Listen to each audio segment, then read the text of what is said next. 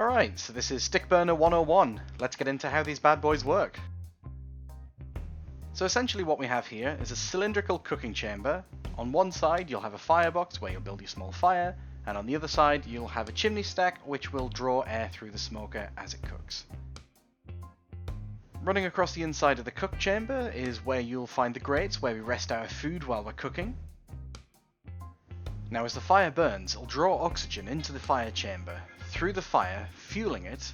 That smoke will then enter into the cook chamber, dance around, and make contact with all of the meat which you have inside.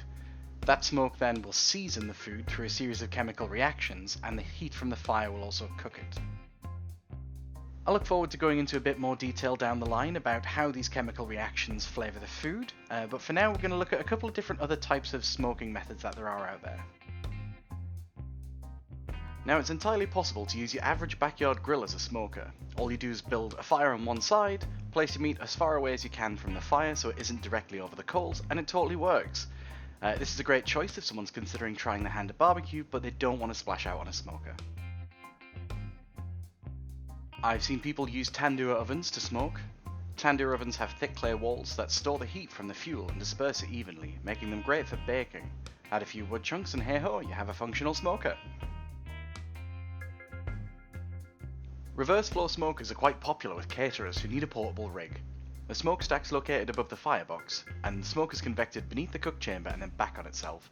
Apparently this can make the smoke stale, but I've never seen one of these in the UK so I can't comment.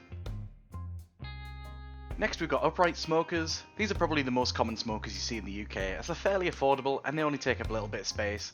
Quite often you see people converting things like wooden barrels, oil drums and the like into smokers this way. Then you have Kamado style smokers. These effectively work the same as a tandoor, except with an enamel finish and an eye-watering price tag. This style of smoking is better suited to grilling than smoking, however, as the radiant heat stored by the clay is so effective, it means that you only need a little bit of wood to fire it. Less wood means less smoke. That said, the best burger I've ever eaten was smoked on a big green egg, so what do I know?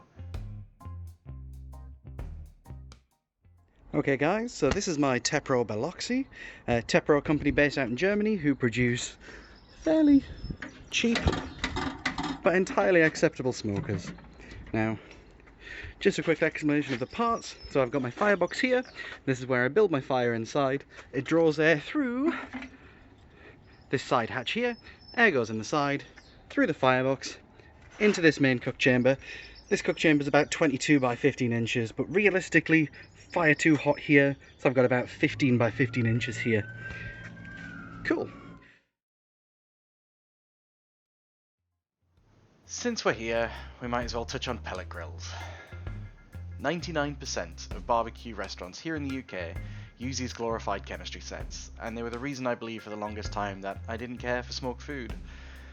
Essentially, rather than having a firebox, they have a computer and a hot plate.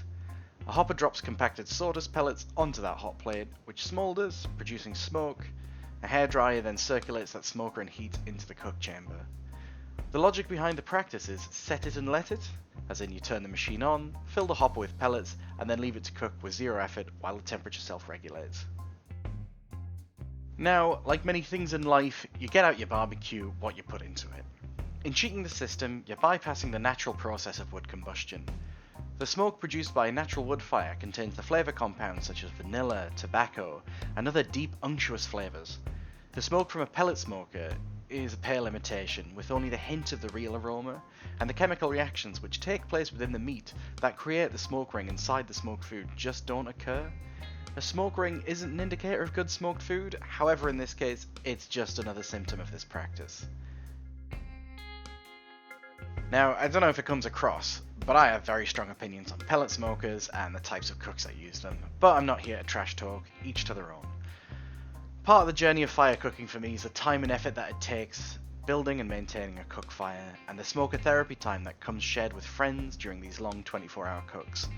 For that reason, I have an unbiased, unshakable preference for stick burning. I realised in editing this video together that I said some very harsh things about pellet smokers. Now, a more decent person would go back and change it.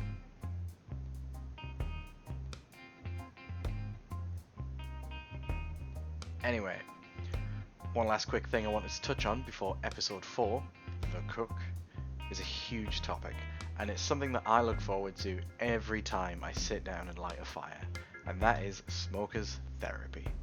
It's a big topic, but rather than try to explain what smoker therapy means to me, I'm just going to share this.